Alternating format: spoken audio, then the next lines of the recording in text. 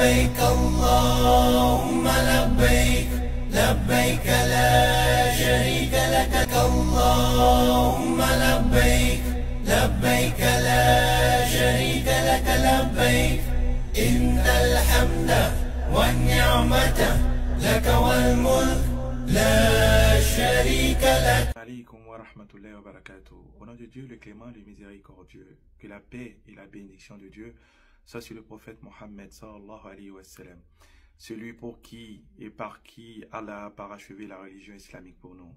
Que cette paix et cette bénédiction jaillissent sur toute sa famille, ses illustres compagnons, évidemment vous et moi qui essayons un tant soit peu de nous conformer à tout ce qui est légal. Chers frères, je reviens à travers des petits tutos pour vous parler, à chaque fois nous allons aborder un thème, pour vous parler du pèlerinage à la Mecque. Le pèlerinage pour tous ces candidats au Hajj de cette année, édition 2025, peu importe votre lieu de provenance, tant que vous êtes candidat, ce tuto vous parle, ce tuto vous conseille. Ce tuto est une assistance en personne qui se sent seule et qui a décidé d'accomplir ce cinquième pilier de l'islam. C'est une préparation mentale, psychologique et Inch'Allah, si vous suivez les tutos, vous vous en sortirez mieux. Je vais changer un peu le format de cette communication avec vous en vous parlant de pèlerinage. Comme je vous ai promis, pour moi, il me reviendra de vous expliquer à tous les candidats du Hajj de cette année 2025, peu importe votre lieu de provenance, les rituels, il est le même, partout et pour tout le monde, et sur la même période que nous allons passer ensemble. On m'appelle Adjaïman Abekeman, je suis guide, je suis convoyeur au Bénin, que ce soit les pèlerins de mon pays ou que ce soit ceux de la diaspora, je réponds quand même à toutes ces attentes sur le territoire saoudien. En entrée de jeu, j'aimerais d'abord vous parler du premier conseil. Pour tous les candidats au Hajj, sachez d'abord que le Hajj, il est spirituel. Il est grand, il est mental, il est psychologique. Quand je vous dis spirituel, c'est d'abord faire preuve sur vous-même, sur vos comportements. Commencez déjà par réfléchir sur pourquoi vous êtes en train de vouloir accomplir ce cinquième pilier de l'islam. Car ce pilier, il a tout son sens. On n'y va pas pour plaire. On n'y va pas parce qu'un tel est parti. On n'y va pas parce qu'on a les moyens de l'accomplir. On n'y va pas parce qu'on a cette santé et ce moyen financier qui l'accompagne pour pouvoir y aller. Ce pilier de l'islam regorge en lui quelque chose de spirituel, de grand, de mental, de psychologique. Et c'est un moment où le candidat au Hajj arrive à dépasser ses propres limites. Quand je vous parle de limites, c'est là le principal point sur lequel j'aimerais m'appesantir aujourd'hui. Qu'est-ce que je voulais dire par limite? Vous savez, commencez déjà par regarder autour de vous. Commencez déjà par vous remettre en cause.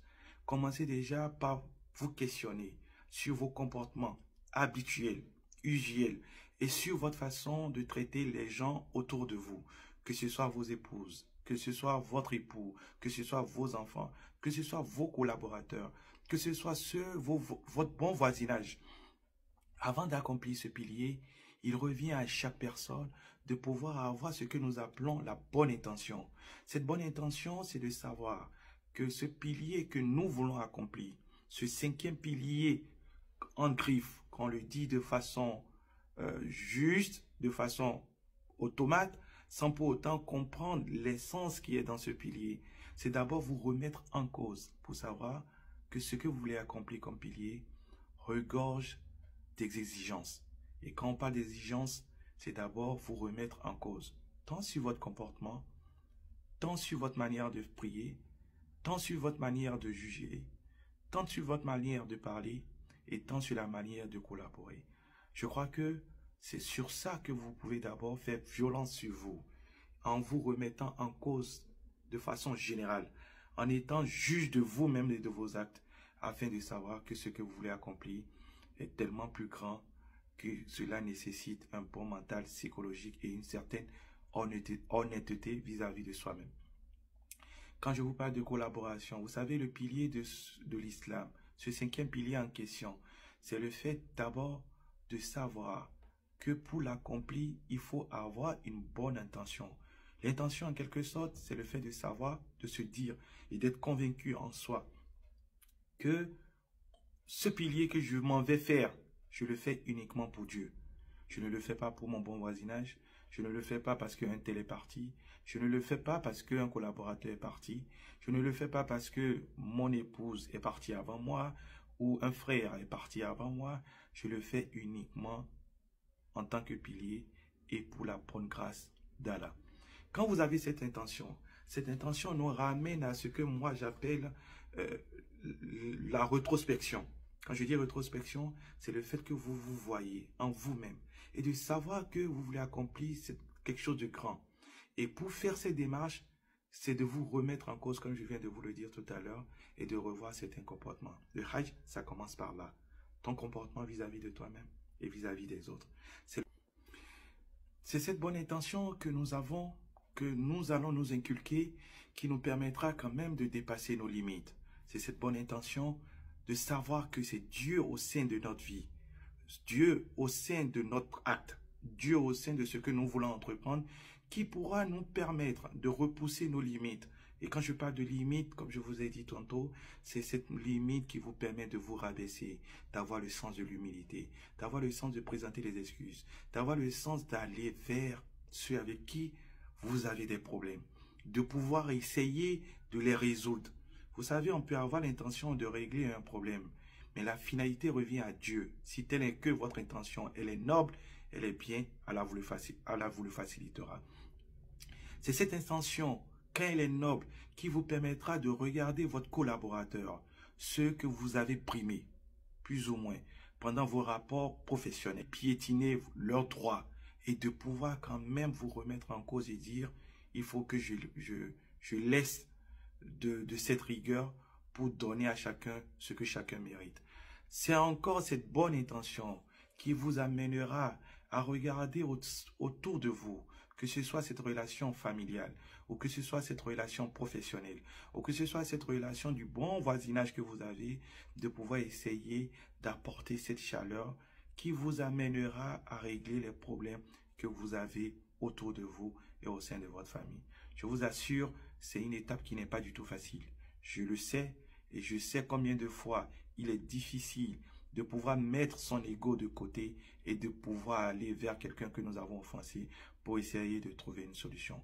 Parfois, l'intention, elle est noble, elle est bien, mais nous rencontrons cependant des obstacles quand on vient vers quelqu'un qui nous rejette et qui sait que parce que nous voulons accomplir cet acte spirituel, c'est peut-être cette raison qui nous a amenés à venir vers eux. Qu'est-ce que je veux dire par là? Si l'intention, elle est noble, elle est forte, cela ne vous empêche pas d'affronter ces genres d'obstacles. Parce que je vous le dis, et je vous le dis de façon sincère, ce pourquoi vous voulez accomplir, celui pour qui vous voulez accomplir cet acte, est plus grand que tous ces problèmes que vous rencontrez. Chers frères, c'est le dépassement de soi qui vous amène à avoir ou réussir un bon pèlerinage. Commencez aujourd'hui par faire violence sur vous. Commencez aujourd'hui par aller vers eux. Commencez aujourd'hui par relever les défis qui s'imposent à vous dans le plan relationnel, dans le plan rapport fraternel, rapport familial, rapport professionnel et essayez de boucher les trous qui sont ouverts. Cela vous permettra de répondre à l'appel de Dieu. Quand on dit labbaik Allahumma labbaik, c'est un appel divin auquel vous avez répondu. Mais quand vous répondez à ce type d'appel, il est noble et juste de répondre de façon honnête et de savoir qu'on n'a pas des cadavres dans le placard. Qu'Allah vous facilite cette étape et qu'Allah vous permette quand même que ce point que j'ai abordé aujourd'hui puisse être pour vous un déblocage psychologique qui vous permettra quand même de franchir ce pas et d'aller vers les gens et de pouvoir fermer les trous qui sont bouchés. Il n'y a que Dieu qui juge. Il n'y a que Dieu qui juge, et je vous le répète une dernière fois, il n'y a que Dieu, le noble, le grand, le miséricordieux par excellence, qui puisse dire quelqu'un a tort ou quelqu'un a raison. Il nous revient jusqu'à nous de faire le pas et de le laisser faire. Salam alaikum wa rahmatullahi wa barakatuh. Allahumma labbaik, labbaik la sharika lak, labbaik, innal hamda wan ni'mata لك والملك لا شريك لك. لبيك اللهم لبيك لبيك لا شريك لك لبيك إن الحمد والنعمة لك والملك لا شريك لك لبيك اللهم لبيك لبيك لا شريك لك لبيك إن الحمد والنعمة لك والملك